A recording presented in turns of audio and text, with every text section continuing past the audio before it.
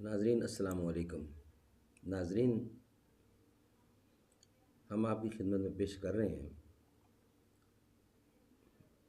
آج کا پہلا ویلاگ، جو کہ ہیڈنگ ہے ہمارا تذکرہ امام اعظم ابو حنیفہ رضی اللہ، ابو حنیفہ رحمۃ اللہ علیہ۔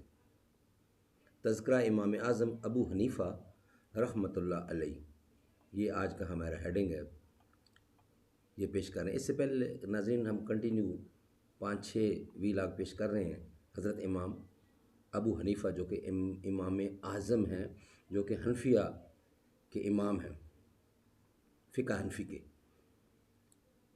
ناظرین، کوفہ عراق کے اندر ایک جگہ ہے جس کا نام ہے کوفہ۔ وہ مبارک شہر ہے جسے 70 اصحاب بدر اور بیت رضوان میں شریک 300 صحابہ کرام نے شرف قیام بخشا۔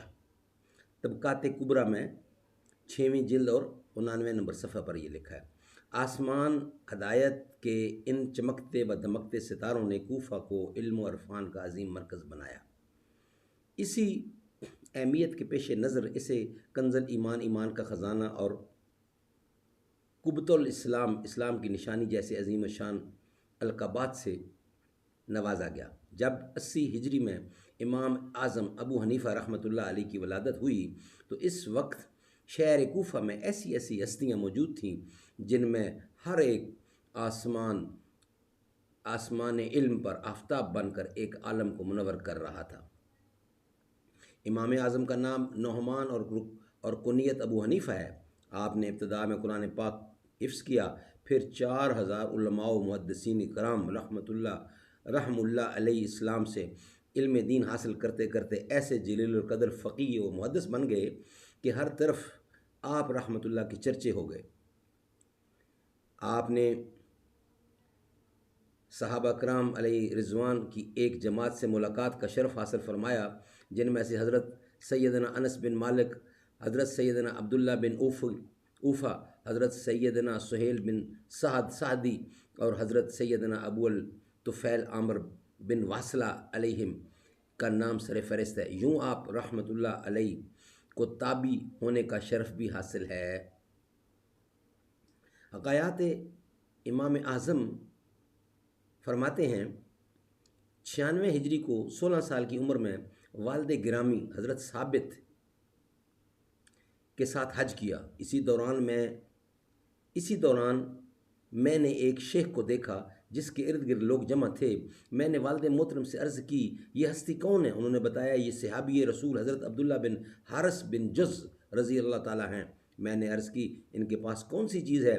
فرمایا، ان کے پاس نبی کریم صلی اللہ علیہ وسلم سے سنی ہی احادیث مبارکہ ہیں۔ یہ سن کر آپ آگے بڑھے اور صحابی رسول سے براہ راست ایک حدیث پاک سننے کا شرف حاصل کیا۔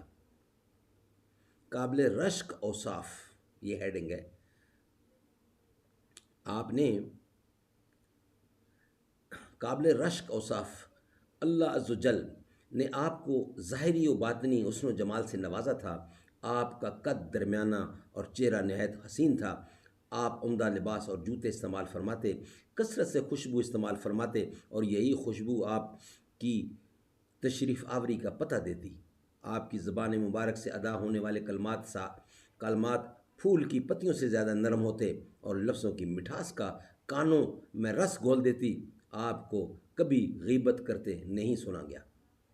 حکایات: ایک مرتبہ حضرت ابن مبارک رحمۃ اللہ نے حضرت سیدنا سفیان ثوری سے آپ کے اس وصف کا تذکرہ یوں کیا، امام اعظم ابو حنیفہ غیبت سے اتنے دور رہتے ہیں کہ میں نے کبھی ان کو دشمن کی غیبت کرتے ہوئے بھی نہیں سنا۔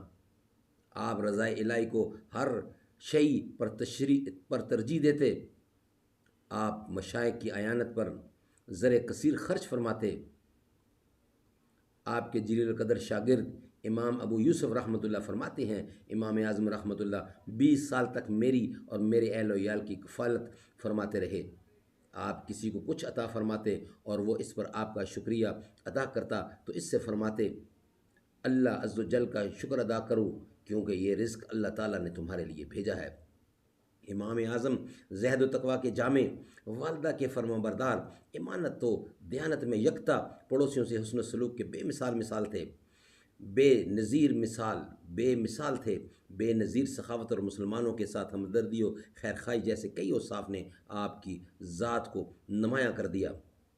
آپ کے حسن اخلاق سے متعلق حضرت بکیر بن محروف فرماتے ہیں، میں نے امت مصطفیٰ میں امام ابو حنیفہ سے زیادہ حسن و اخلاق والا کسی کو نہیں دیکھا۔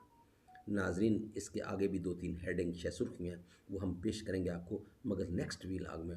اللہ تعالیٰ ان کی قبر کو منور کرے۔